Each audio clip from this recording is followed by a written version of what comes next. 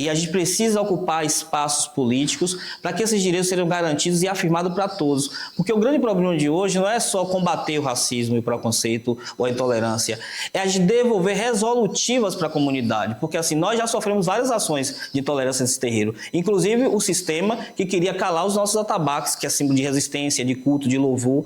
E eu novamente fui resistir e convoquei novamente coletivos de identidade negra, as nossas relações, e a gente vai lá e combate tudo isso.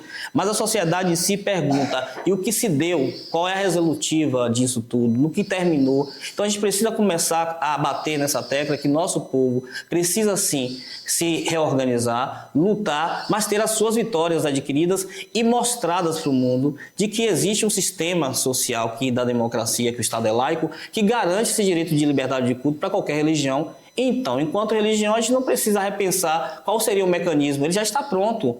É só que as pessoas entendam que nós fazemos parte dessa sociedade, né? Nós precisamos ressignificar essa questão da supremacia do poder branco, onde eles discutem aquilo que tem de interesse a eles, inclusive as nossas necessidades. Nós temos falas, nós temos vozes, nós temos experiências, nós somos cidadãos, somos políticos e votamos. Por essa questão, nós também devemos exigir do Estado essa devolutiva.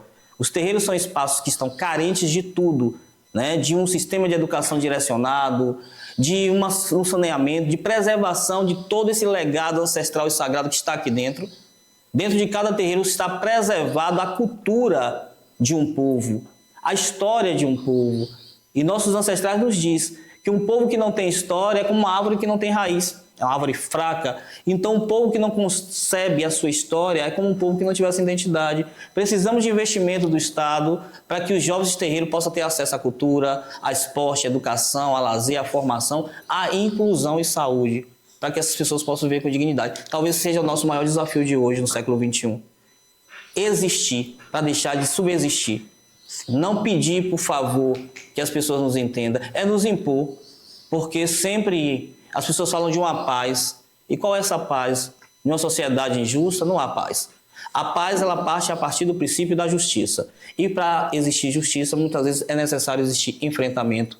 E naquele momento, mesmo sendo Oxalá, eu invoquei Exu, né? Que é o mensageiro, é o guardião, o orixá provocador da evolução, que está para longe do demônio das outras entidades religiosas que foi criado. Então, a nossa religião é concebida de uma ancestralidade. Então, nossa hierarquia diz que nós somos. Não há submissão. Porque todo o nosso contato com o nosso chão, com a terra, é o contato com o nosso ancestral, com o nosso alimento, com a nossa força, onde é enterrado todos os nossos antepassados que nos mantém de pé. Então, na nossa religião, quando a gente bate a cabeça no chão, quando a gente pede a bênção, a gente é abençoado. E nesse processo de hierarquia, a gente faz uma construção. Eu acho que hoje, cada um desses jovens quer existir. Querem ter o direito de respirar, de ter sua religião, ter a liberdade. Nós temos aqui IAOs que foram iniciados e precisaram voltar para a escola e para o colégio. E como é que esses jovens vão ser tratados nesse espaço? Porque eles precisam de um tempo de reclusão. Eles vão encontrar lá a legitimação de que esse espaço foi para um tratamento religioso, como existe nas outras religiões. A pergunta é essa: se a gente existe enquanto cidadão, enquanto pessoa, enquanto religioso, enquanto ser humano, então a gente quer sim esse lugar que é nosso e a gente quer a ocupação política.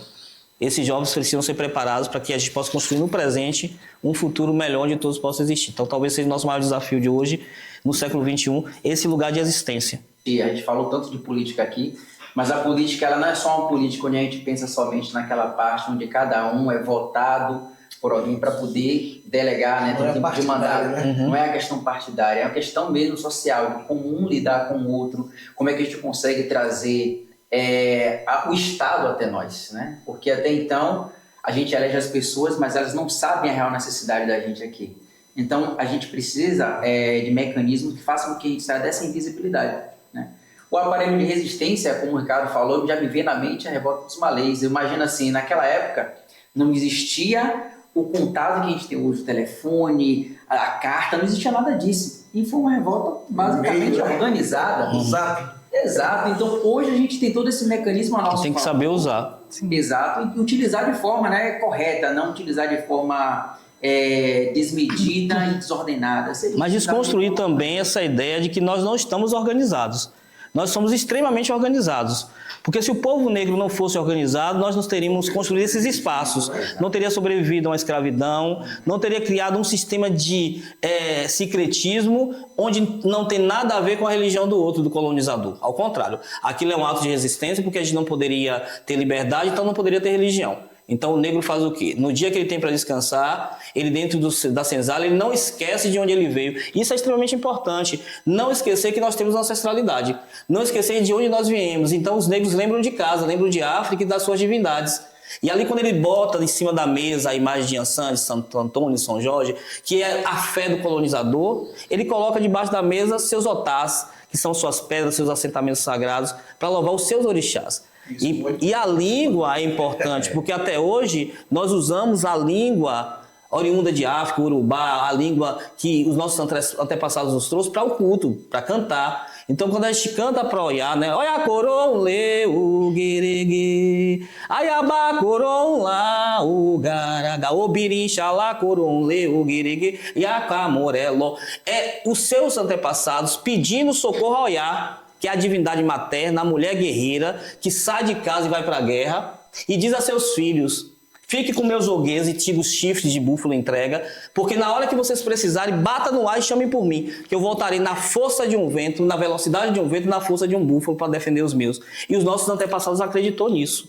Tiveram fé e acreditaram, e invocaram os seus antepassados, seus sagrados, e foi isso que nos manteve livre. Foi o que nos deu a organização política necessária dentro das senzalas, para que as mulheres saíssem de dentro da senzala para ir para dentro da Casa Grande, e lá elas usassem seus encantamentos, porque o poder do Oxum, né? O poder do encantamento, para lidar com seus senhores, com suas senhoras, que voltaram a precisar dessas mulheres quando seus filhos estavam doentes, então elas iam fazer a cura, o axé e a magia, mas usaram esses encantamentos para poder também levantar fundos financeiros para comprar a liberdade de outros. Então vamos parar com essa história que foi a princesa Isabel que libertou, né? O movimento de Quilombo dos Palmares, todos os movimentos negros que foram feitos, foi o povo negro se organizando. Então não podemos mais aceitar essa história, porque o Estado faz isso, a sociedade, para nos anular, que nós não somos organizados. Somos tão organizados, com toda essa invisibilidade, nós criamos impérios em nome do orixá. Está no Brasil, né?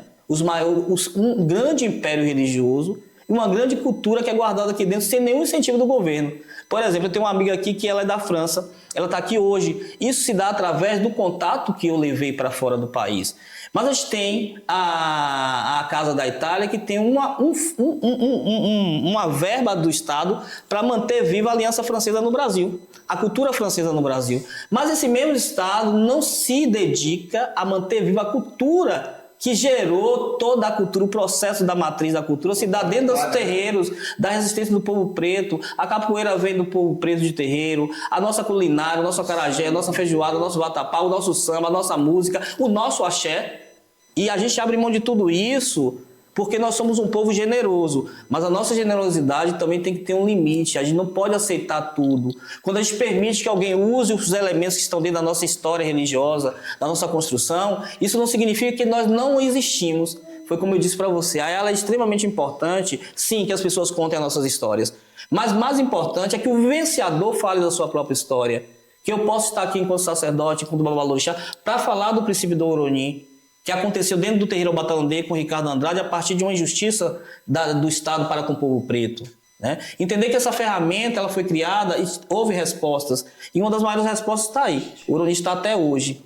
Então, é essa ancestralidade, essa fé que nos traz nesse processo de entender que essa organização existe e a partir desse entendimento de potência a gente tem que avançar isso para uma organização política e acabar com essa história, Ricardo Andrade, que religião e política não andam juntos. Nós somos políticos a partir do momento que temos a capacidade de se reunir e se organizar. Então, dentro de qualquer terreiro já existe uma organização política.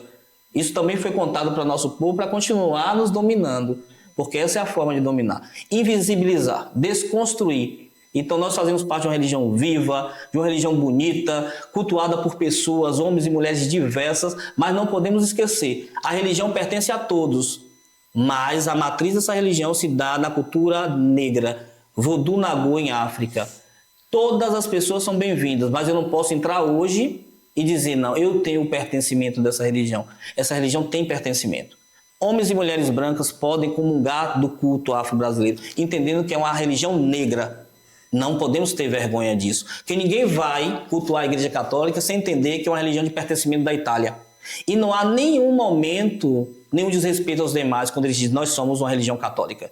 Então nós somos uma religião africana.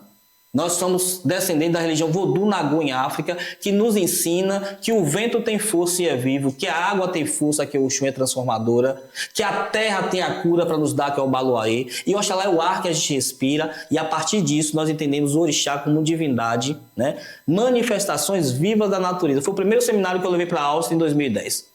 Porque se a gente fugir desse discurso de que o nosso sagrado é diferente do sagrado do outro, não. Nós temos uma forma de chegar ao mesmo Deus, que é único, seja Buda, Javé, Oxalá, Olorum, Olodumare.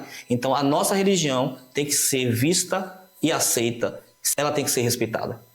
Ninguém é obrigado a gostar, mas acho que a sociedade é obrigada a respeitar, assim como a gente respeita a religião do outro. Então essa questão de existir é necessária, afirmando que nós somos extremamente organizados. O que está faltando é o braço do Estado, não é só a gente provocar, não que a gente provoca todos os dias. Todos os dias a gente vai lá e bate e diz que tem alguém sendo discriminado, alguém que está sendo desrespeitado, sofrendo racismo, pessoas morrendo, jovens sem acessão.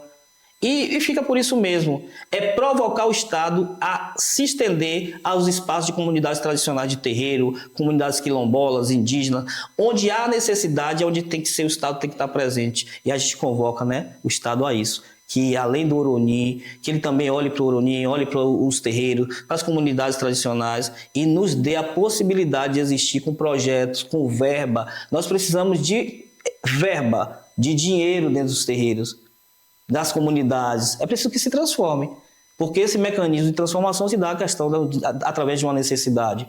E nós temos diversas. Então, eu acho que a questão de existir se dá a partir daí, de ter um orçamento direcionado para pessoas negras e para essa reparação que precisa ser feita dentro dos terreiros das comunidades tradicionais. É o que o pai Anderson traz, é essa necessidade do Estado se auto-reparar. E o que é reparar? É incluir no seu orçamento Sim. esse grande conglomerado de homens e mulheres negras e aqui especificamente nesse recorte de matriz africana. O que é que um país tão poderoso quanto o Brasil, que tem capacidade, isso não sou eu que estou dizendo, são os dados, né? Um país que tem condições de alimentar 1/3 do planeta, tem gente passando fome dentro do seu próprio território.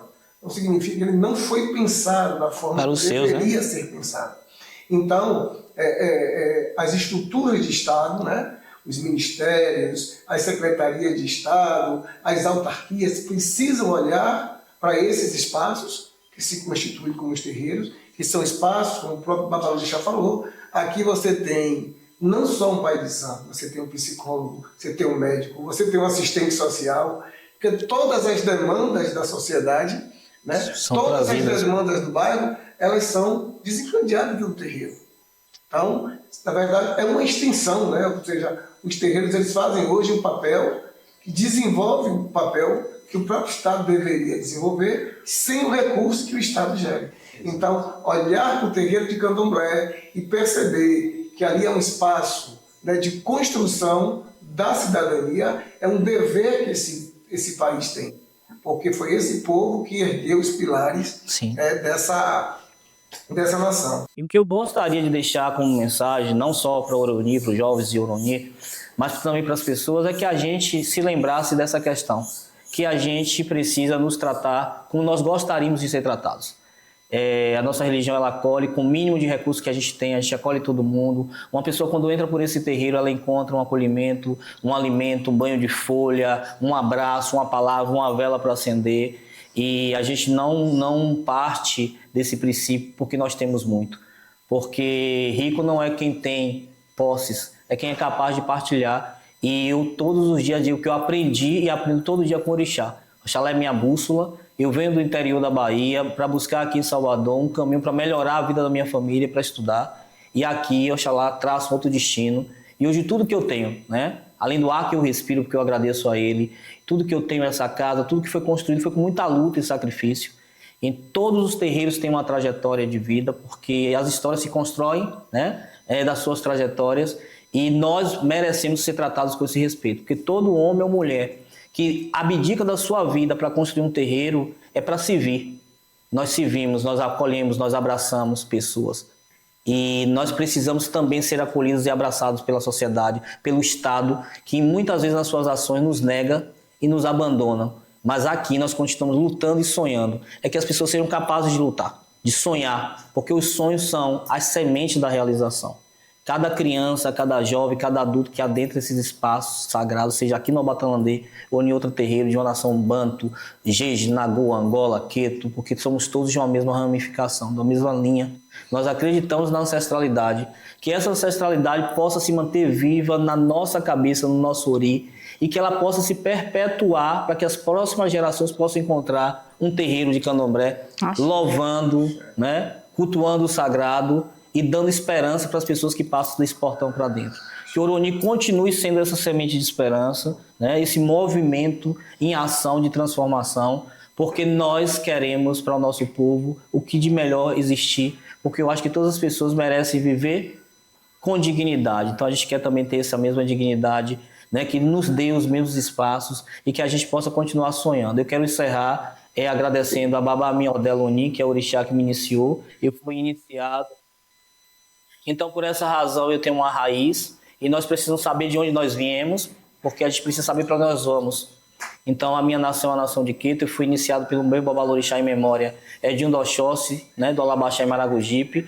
E nada na minha vida que eu faça, eu não tenho que agradecer ao Oxóssi. O Oxóssi é meu tudo, é minha fartura. Então, que o Deloni casse a fartura, que dê o provimento alimentar para cada pessoa, que não falte o pão de cada dia na casa de cada pessoa, nem a esperança, que o alimento que a gente precisa é a fé. E que Oxalá, né, que é o ser que rege meu ori, o meu destino, joga um alá sobre a humanidade para que a gente possa ter um ano de vitórias, de realizações, com os ventos sagrados de Oiá. Babá meu Xolufã, que é o Batalá, Curumilá, Curixá, Ododuyá.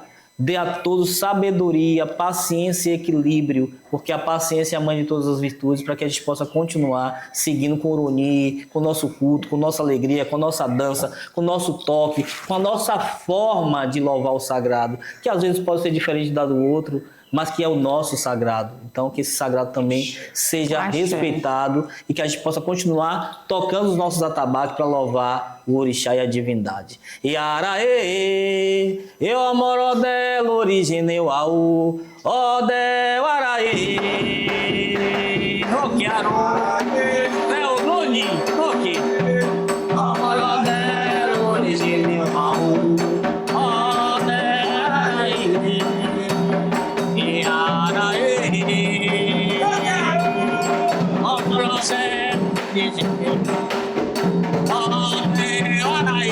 Até porque mal, até o Limpapó, até o Arode, até o Lodi, ok.